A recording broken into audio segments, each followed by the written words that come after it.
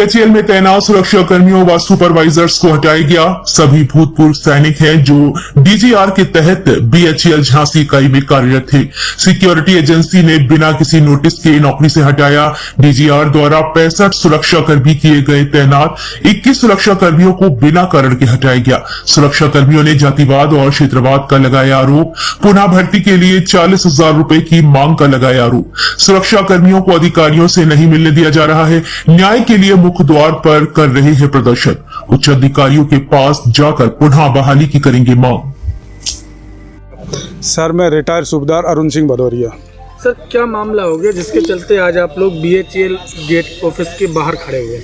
Sir, हम लोग यहाँ पे 19 जनवरी 2023 से कुछ लोग काम कर रहे हैं, कुछ लोग उसके बाद आए हैं और मैं अभी 7 जनवरी 2025-24 को आया हूँ। 25 को यहाँ पे बीएचईएल में सिक्योरिटी सुपरवाइजर के तौर पे मेरे को इन्होंने रखा, यहाँ पे अपॉइंट किया और मैं अपनी ड्यूटी कर रहा था। ठीक है। हमारे यहाँ डीजीआर का यहाँ पे टेंडर है और डीजीआर टेंडर की पॉलिसी है कि हर 2 साल में टेंडर चेंज होता है। एक अधिकारी से दूसरे अधिकारी को चला जाता है वो टेंडर।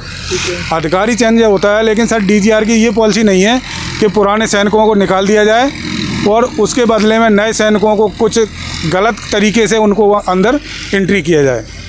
लेकिन बीएचईएल इकाई में ऐसा हो रहा है और बीएचईएल इकाई का कहना है कि आपका टेंडर ख़त्म हो गया इसलिए हम आपको निकाल रहे हैं। और निकालने का तरीका भी टोटल एक ग्वालियर संभाग के लोगों को निकाला गया है और उसमें भी नॉमिनेट किया गया है कास्ट को। सभी हाई कास्ट के लोगों को निकाला गया, बाकी किसी को नहीं निकाला गया है। ऐसा क्यों?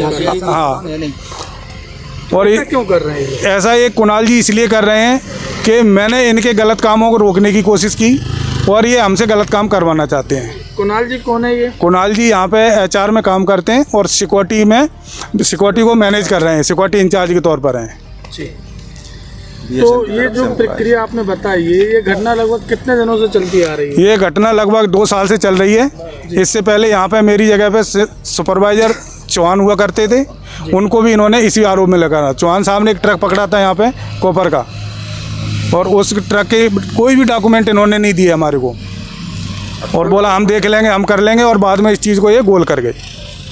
अब आप लोग क्या चाहते हैं? मैं चाहता हूँ सर कि हमें एक न्याय मिले और हम लोगों को टारगेट करके क्यों निकाला गया है। हमारे को कोई टर्मिनल लेटर नहीं दिया गया है, कोई हमारे को वार्निंग नहीं दी गई है, कोई हमारा गलत काम नहीं पकड़ा गया है, फिर हम लोगों को बाई नेम क्यों निकाला गया है। तो आपने इसकी कोई शिकायत वगैरह नहीं की? मैं सुबह से सर यहाँ खड़ा हूँ शिकायत के लिए, मुझे अधिकारियों से नहीं मिलने दिया जा रहा है। कौन नहीं मिलने दे रहा है? बीएचईएल के जो जूनियर अधिकारी हैं वो नहीं मिलने दे रहे हैं। सिक्योरिटी के कुणाल हैं, भट्ट हैं, एचआर भट्ट हैं और 2 लोग और आए थे। जब हम लोग मिलने के लिए आए, आपने शांतिपूर्वक अपनी बात रखना चाहते थे। कुणाल जी ने हम लोगों के खिलाफ पुलिस को एप्लीकेशन देने की कोशिश कि मेरे को गाली दे रहे। हम सर सैनिक हैं, हम हमेशा डिसिप्लिन में रहते हैं, हम कभी कोई ऐसा गलत काम नहीं करेंगे जो हमारी वर्दी की छवि खराब हो, हमारे सैनिकों की छवि खराब हो। और ये हमारे ऊपर गलत आरोप लगाने की कोशिश कर रहे हैं। कितने लोग हैं आप लोग? हम 22 लोग निकाले गए हैं सर यहाँ से। 4 लोग पहले थे। सर, जैसा कि आपने बताया है कि आपके ऊपर चोरी का इल्ज़ाम लगाते हैं ये लोग, और जैसे कि कोई पकड़ता है तो उसका सीसीटीवी फोटोज भी तो मिलता होगा? सीसीटीवी फुटेज सब हर जगह इनके कैमरे लगे हुए हैं, हर साइड में कैमरे हैं, मगर ये हमारे को सिक्योरिटी वालों को कभी सीसीटीवी फुटेज नहीं प्रोवाइड कराते। जो सर हैं तो वो भी तो देखते होंगे तो चोर को पकड़ कर हमारी एजेंसी रुको, कुणाल के अंडर में कैमरा, हमारी एजेंसी के कर्नल बलबीर साहब थे पिछली एजेंसी के, उन्होंने कई बार लेटर दे के इनसे सीसीटीवी फुटेज मांगने की कोशिश की कि जो चोर घुसे हैं तो मुझे फुटेज दो। ये फुटेज जानबूझ के नहीं देते हैं, डिलीट वो उसको डिलीट मार देते हैं। सर, क्या नाम है आपका? सर, मेरा रिटायर हवलदार रमजानी खान और मैं साहब के साथ में पीएसओ ड्यूटी कर रहा था 3.5 साल से और मैं सेबान हूँ। मेरे को इनने एडी साहब आए हैं, वो भी मुस्लिम है, मैं भी मुस्लिम हूँ, तो इनने ये सोच के न किया है कि क्या ना कोई ये कोई अपना मुस्लिम के तरीके से जातिवाद ये हमको वहाँ बताना दे, हमको फंसाना दे, तो इसलिए इनने एक झांसी का सिंगल बंदा मैं हूँ जो इनने मेरे को निकाला, क्योंकि मेरा एडी साहब तक जाने का रास्ता था कि मैं पीएसओ जाता था, तो इनने मेरे को निकाला। जबकि मैं सेबान हूँ, इनको मैं डॉक्यूमेंट चेक कराया, सब कुछ किया और इनने मेरे को रिस्पॉन्स नहीं दिया। तो अब आप लोग क्या चाहते हैं? मैं ये चाहता हूँ कि हमारे साथ में जो दुरुपयोग हो रहा है, जो हमारे साथ नाइंसाफ़ी हो रही है, उसके साथ हम आज हमारे साथ हो रही, कल अगले के साथ होगी। तो न्याय मिलना चाहिए। कोई लिखित शिकायत नहीं की? लिखित मौका ही नहीं दिया इन्होंने मेरे को। तो कल शाम को पता चला कि तुम्हारे ड्यूटी लिस्ट में नाम नहीं है, ड्यूटी लिस्ट में नाम नहीं है। कल मौका दिया गया है, वो अभी मिलने नहीं दिया जा रहा है। सर क्या नाम है? सर मेरा नाम हवलदार रमेश सिंह तोमर है। मैं ग्वालियर का रहने वाला हूँ और यहाँ पे मामला हो गया जिसके चलते आज आप सब लोग BHEL के बाहर खड़े हो? सर यहाँ पे मामला ये है कि कुणाल कुमार द्वारा और एक सूरज और एक RK गौतम, ये 3 बंदों के द्वारा सर मतलब जातिवाद को लेके वो किया जा रहा है कि मतलब इनको कैसे भी करके अब हम लोग इतने, या तो हम में कोई कमी हो या हम अनफिट हों या कैटेगरी हो, कोई ऐसा केस नहीं है ना हमारे खिलाफ कोई अनडिसिप्लिन कार्रवाई पाई गई हो, तो वो रीज़न तो बताएं कि हम किस बेस पे हमें निकाला जा रहा है। कोई रीज़न नहीं है इनके पास। अचानक से कल इन्होंने 22 बंदों के नाम एकदम दे दिए निकालने के लिए। 22 बंदों के अचानक से नाम आए हैं।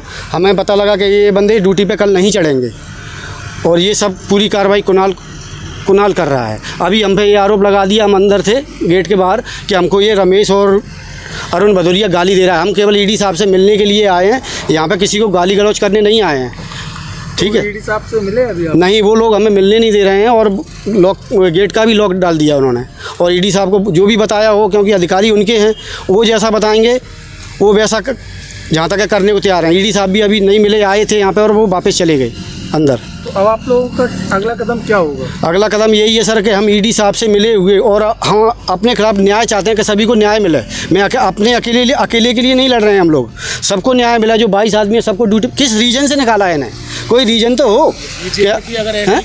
अगर DGR की कोई ऐसी पॉलिसी है कि 4 साल वाले या 3 साल वालों को निकालना है तो 64 आदमी 65 आदमी काम कर रहे हैं, 44 आदमी को क्यों रखा गया जिसमें कि तकरीबन आदमी कैटेगरी है?